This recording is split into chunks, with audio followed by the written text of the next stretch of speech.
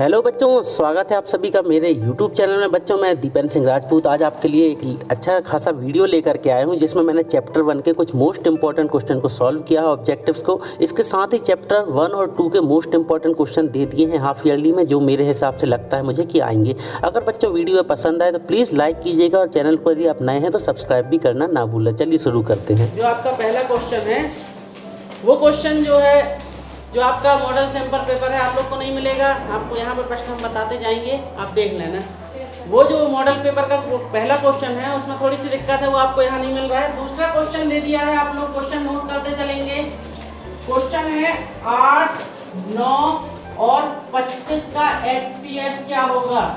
तो बेटा 8, 9 और 25 का HCF क्या होगा देखेंगे हम। सबसे पहले HCF कैसे निकालते हैं।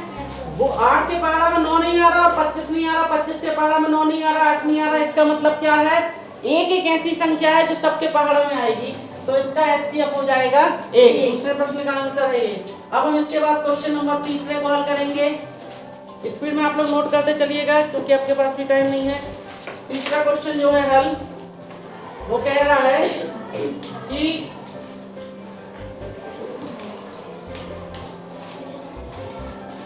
अपरिमेय एवं परिमेय संख्या का योग, संख्या का गुणा हमेशा क्या होगा। अपरिमेय और परिमेय संख्या का गुणा हमेशा क्या होता है। इसमें 4 ऑप्शन है, अपरिमेय संख्या, दोनों ही परिमेय संख्या, इस टाइप से। तो आप देखें, मान लो कि अपन एक क्वेश्चन दे रहे हैं कि 2 क्या है। 2 एक परिमेय संख्या है। परिमेय संख्या को P/Q के रूप में लिखा जाता है। 2 को हम 2/1 के रूप में लिख सकते हैं। तो 2 एक परिमेय संख्या है। और अपरिमेय संख्या वो होती है जिसे हम करनी के रूप में लिखते हैं। मान लो ये करनी 2, अब इन दोनों का गुणा करें तो क्या बन रही है, ये भी तो अपरिमेय संख्या है। मतलब कि अपरिमेय एवं परिमेय संख्या का गुणा हमेशा क्या होगा, इसका आंसर आ जाएगा अपरिमेय संख्या।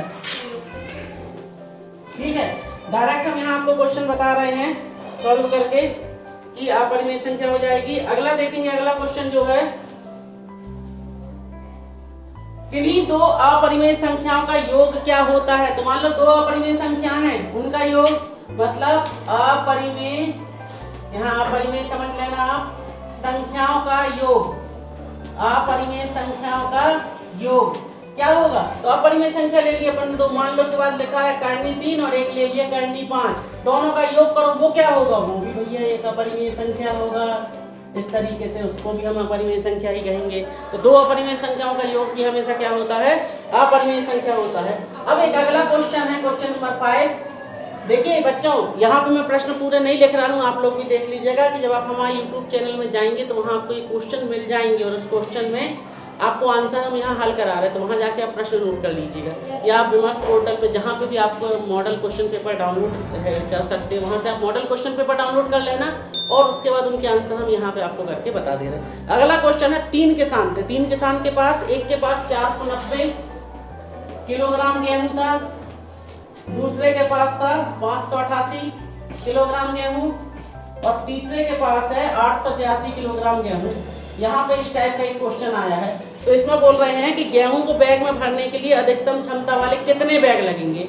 यदि इन गेहूं को बैग में भरना है तो अधिकतम क्षमता वाले कितने बैग लगेंगे। तो बच्चों इसका आंसर आ जाएगा 98। कितना आएगा, 98 किलोग्राम। कैसे आ गया 98 किलोग्राम। हम ये ऑब्जेक्टिव टाइप आपको सवाल सॉल्व करके इसलिए दिखा रहे हैं क्योंकि आपको पेपर में आएगा ये, तो आपको कुछ नहीं करना, 490, 588 और 882 का आप HCF निकालेंगे। क्या निकालेंगे, HCF निकालोगे तो 98 किलोग्राम आपका आंसर आ जाएगा। ठीक है, अगले क्वेश्चन की ओर बढ़ते हैं। क्वेश्चन नंबर 6 जो अगला क्वेश्चन है इसका, वो कह रहे हैं किसी पूर्णांक m के लिए, किसी पूर्णांक m के लिए संपूर्णांक होगा, संपूर्णांक का स्वरूप होगा। देखो देखो किसकी बात कर रहे हैं, संपूर्णांक की। तो सम संख्या किसे कहते हैं बेटा, वो संख्याएं जिनके गुणा मतलब जिसका भाग काय से चला जाए, 2 से चला जाए। तो 2, 4, 6, 8 ये सारी संख्या, मतलब बेसिकली बोला जाए तो सीधी एक शब्द में बात करते हैं कि सम संख्या क्या है। यदि हम 2 से डिवाइड कर रहे हैं तो वो सम संख्या, और 2 से डिवाइड नहीं हो रही तो विषम संख्या। ठीक है, तो याद रखना बात हो रही m की, तो ये m और सम संख्या की बात की है तो इसके साथ 2 लगा दो, ये होगा इसका आंसर। क्या होगा? 2m। ठीक है। अगर मान लो की बात यही क्वेश्चन बात कर दी जाती, क्वेश्चन नंबर एक और बता दे रहे कि विषम पूर्णांक, तो विषम पूर्णांक की अगर बात कर देते तो विषम पूर्णांक क्या हो जाता? 2m + 1।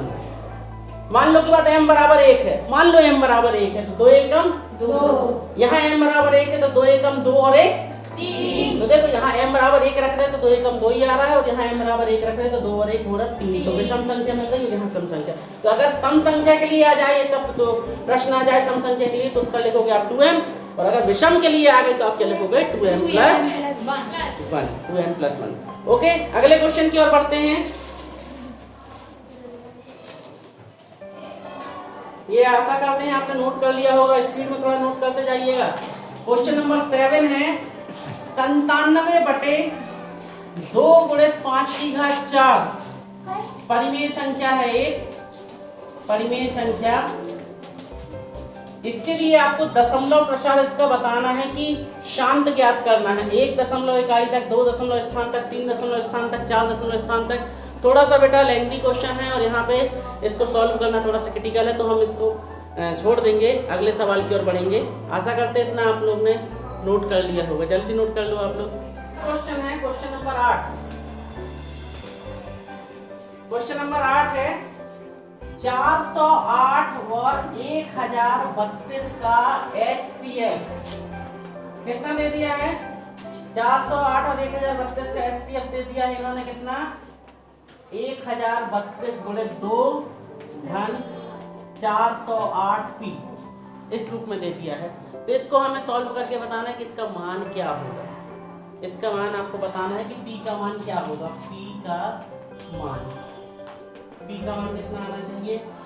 5, ऋण 5, 4 या ऋण 4। ये 4 ऑप्शन है आपके पास में, कोई एक इसमें से उत्तर होगा। आपको ये पता लगाना है कि कौन सा एक उत्तर होगा। तो आपको कुछ नहीं करना, आप सबसे पहले क्या निकालें?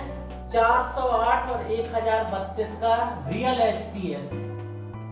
तो रियल HCF आएगा बेटा, HCF निकालना आपसे बनना चाहिए। कैसे निकालते हैं HCF मालूम होगा। तो इसका जब आप HCF निकालेंगे तो वो आ जाएगा 24। कितना आ जाएगा? 24। परंतु दिक्कत यहाँ पे खड़ी हो रही है कि प्रश्न क्या बोल रहा है? प्रश्न क्या कह रहा है? प्रश्नानुसार HCF कितना होगा? ये कितना? 1032 × 2 धन 408p। ठीक है, तो आप कुछ नहीं, इसको इसके बराबर रख दो। 24 को हम बराबर रखते हैं किसके? 1032 × 2 धन 408। अब इसको 408p, तो हम इसको सॉल्व करेंगे। सॉल्व करने के लिए आपको कुछ नहीं करना। देखिए 2 तरीके हैं, हम इजी तरीका बता रहे हैं आपको। ये लिखा था 24, 1032 का जब 2 में गुणा करेंगे तो 10 का हो गया डबल 20 और 32 का हो गया 64 धन 408p। यहाँ से 2064 का ट्रांसफर करें तो जब 24 से 2064 गया, यहाँ पे बचा कितना? 408। 24 से 2064 गया तो बचे कितने? 24 चले गए हैं तो 2040 ये बच गए, और 408p माइनस। ठीक है, अब हम 408 का इससे ट्रांसफर करें तो जब माइनस 2040 से हम 408 को डिवाइड कर देंगे तो यहाँ पे आपको जब इसको काटना है, काटने पे आ जाएगा उत्तर 5। तो देखेंगे यहाँ पे एलसीएम निकाल के बता रहे हैं 2040। तो इसको सॉल्व करें। 2 दाम 20, 2 20 40, 2 पंचे 10, 0, 2 एकम 2, ये आ गए। फिर 2 से दिए, 2 25 हम 50, 2 5 55। ठीक है, ये आ गए, 2 पंचे 10 आ गए, सॉरी। ये 2 से दे रहे हैं, अब 2 से नहीं जाएगा, हम 5 से देना डायरेक्ट। 5 से दे दिए तो 55 25, 5 एकम 5। फिर 3 से देते हैं, 3 17 में 51। मतलब ये हमने कर दिए है डायरेक्ट, इसको 3 से भी दे सकते थे आप, चाहो तो एक क्रम से कर लो आप लोग। ठीक है, ये हो गए। इसके बाद हम इसकी बात करें, किसकी? 408 की। 408 को करें 2 से, 2 20 हम 40, 2 चौके 8, फिर 2 से, 2 ग्राम 20, 2 दूनी 4, फिर 2 से, 2 पंचे 10, 2 एकम 2, फिर 3 से, 3 17 में 51। अब जरा हम काट के देखें, 17 17 3 3 2 2 2 2 2 2 बचा कितना? केवल 5। और यहाँ माइनस लगा था तो उत्तर आ गया -5 बराबर p, p बराबर 5। ठीक है, इसको नोट कर लो आप लोग। अब बेटा इसके आगे के जो भी क्वेश्चन हैं उनको मैंने कॉपी पेन के हिसाब से सॉल्व किया है। अच्छा, इसी क्वेश्चन को देख दूसरी विधि से भी कर सकते हैं। इसमें करना क्या है, आपको 408 और 1032 का एचसीएफ जो है वो 24 था, तो आपको कुछ नहीं, वहाँ पे पी की वैल्यू करके आप रख करके निकाल सकते हैं ईजिली। वहाँ जो पी था वहाँ पे जो ऑप्शन आए थे उनको रख रख के आप सॉल्व करेंगे तो भी आप इस तरीके से निकाल सकते हैं। देख लीजिए आप जैसा भी हो। फिर अब प्रश्न 9वां, संख्या 4p+3 के रूप में है जहाँ p प्राकृत संख्या, तब संख्या के लिए कौन सा मान सत्य होगा और संख्या क्या होगी, सम विषम सम या विषम 3 का गुणांक, जो कुछ भी है देखेंगे हम करके दिखा रहे हैं। इसमें करना क्या है, 4p+3 के रूप में थी और p क्या थी, प्राकृत संख्या। तो प्राकृत संख्या क्या होती है, 1 2 3 4 सारी प्राकृत संख्या होती है, 0 नहीं होता। तो आप जहाँ p है उसकी जगह ये आप 1 रख के देख लो। 1 रख के देखे तो कितना आ रहा आंसर, 7, 2 रख के देख रहे तो 11, 3 रख के देख रहे तो 15। अच्छा, 7, 11, 15 में एक कॉमन सी चीज़ क्या है, कॉमन सी चीज़ ये है कि तीनों जो है विषम संख्या है, तीनों जो है 2 से डिवाइड नहीं हो रही हैं। अर्थात इसको आप इस तरीके से सॉल्व कर सकते हैं। क्या करेंगे आप, p की जगह पर प्राकृत संख्या की वैल्यू रख के आप मान निकाल लेंगे। बच्चे इन ऑब्जेक्टिव्स को अच्छे से समझ लीजिए, सीख लीजिए, क्योंकि इस साल ऑब्जेक्टिव जो है OMR शीट में सॉल्व करना है, उन्हीं को आपको अच्छे से आंसर करना है। ठीक है, अगले क्वेश्चन को देखेंगे आप। अब यहाँ पर प्रश्न जो है अगला, उसमें है पाई का मान पूछा। पाई एक कैसी संख्या, तो बेटा आपको बता दूं पाई जो है अपरिमेय संख्या है। क्यों, क्योंकि पाई का मान 3.14 आता है और वो भी पूरा नहीं आता, इसमें आगे तक जाता है, इसलिए ये अपरिमेय संख्या है। अब यहाँ पे कुछ संख्या दी हैं, बताना है इसमें से कौन सी संख्या, तो जो लास्ट वाली संख्या है वो 1 से लेकर 10 तक की सभी संख्याओं से भाग चली जाती है। ठीक है बच्चों, अगला प्रश्न बार 5, 15, 20 के लिए एलसीएम और एचसीएफ का अनुपात क्या होगा। तो आप सबसे पहले 5, 15, 20 का आप एलसीएम निकाल लेंगे, देखेंगे, और एचसीएफ। तो एचसीएफ आएगा बेटा 5, एलसीएम आएगा 60। तो एलसीएम और एचसीएफ का रेशो पूछ रहे हैं, तो 60/5 कर दो, सॉल्व करें तो 12/1, मतलब 12:1 आ गया। 5 से ही 60 कट गया। ठीक है, एलसीएम एचसीएफ तो बन ही जाते होंगे आपसे निकालते। अगला क्वेश्चन देखते हैं हम। ए बराबर था 2x 3, बी बराबर था x+7, x एक प्राकृत संख्या, तो ए बी का एचसीएफ निकालना। तो आपको कुछ नहीं करना, यहाँ पे आप x की वैल्यू पुट कर दो, प्राकृत संख्या दी है तो आप देखो कैसे करना है इसको, बहुत ईजी है। ए बराबर था 2x 3, बी बराबर था x+7, तो x बराबर अगर आप 1 रख रहे हैं तो क्या आ जाएगा, ए की वैल्यू देखो आ जाएगी 5 और बी की वैल्यू 8, और 5 और 8 का एचसीएफ क्या है, 1 है। सेम अलग पैटर्न में आप 2 रख के भी आप निकालेंगे तो भी एचसीएफ 1 ही आएगा। ठीक है, तो आंसर आ गया 1। अब ये प्रश्न देखिएगा, अच्छा इंपॉर्टेंट है। तो प्रश्न क्या कह रहा है, प्रश्न कह रहा है कि यदि 55 और 99 का एचसीएफ 55m-99 के रूप में है तो m का मान हमें ज्ञात करना क्या होगा। ठीक है, 1, 2, 3 या 4। ठीक है, बहुत ध्यान से देखिएगा, इनने एचसीएफ को छोड़ दिए और हमें देखना इसका मान निकालना। क्या करेंगे हम, सबसे पहले 55 और 99 का एचसीएफ निकालेंगे जो कि आएगा 11। अब प्रश्न में क्या बोल रहे हैं कि एचसीएफ कितना है, 55m-99। तो आप कुछ नहीं, जो रियल एचसीएफ है 11 उसको आप 55m-99 के बराबर रख दो। जब रखे तो 99 का हमने ये आया, इसको 99 का ट्रांसफर करें उस साइड गया तो हो गया 110। 55 से 110 को काटे तो 2 बार कट गया, तो m बराबर आ गया 2। बिल्कुल सिंपल इजी टेक्निक है, इनको आप कर लीजिए बच्चों। सारे प्रश्न इंपॉर्टेंट है। अगर आप नए हैं तो प्लीज़ हमारे चैनल को, वीडियो को लाइक कीजिए, चैनल को सब्सक्राइब कीजिए और शेयर कर दीजिए अपने दोस्त यारों को भी। अगर आपने इस वीडियो में अच्छा रिस्पॉन्स दिया तो मैं आपको इसका पार्ट 2 बना करके कल शाम तक अवेलेबल करा दूंगा। ठीक है बच्चों, ये प्रश्न देख लें आप।